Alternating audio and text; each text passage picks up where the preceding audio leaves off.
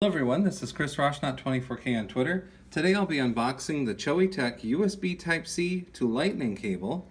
This is MFI certified, as you can see, made for the iPhone, iPad, and iPod. So this is the newer type of cable.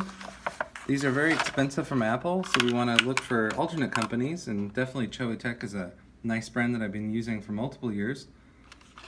So it's a longer cord. A lot of these cords that are selling for sub $20 don't have this amount of length. This comes with a wrangler right here.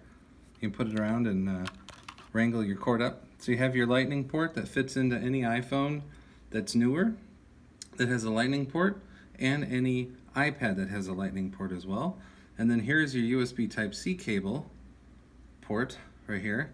And what this is great for is this is a power delivery battery right here, and it has in and out.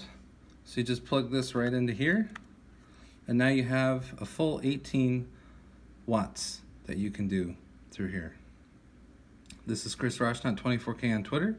This is the Choetech USB Type-C to Lightning cable.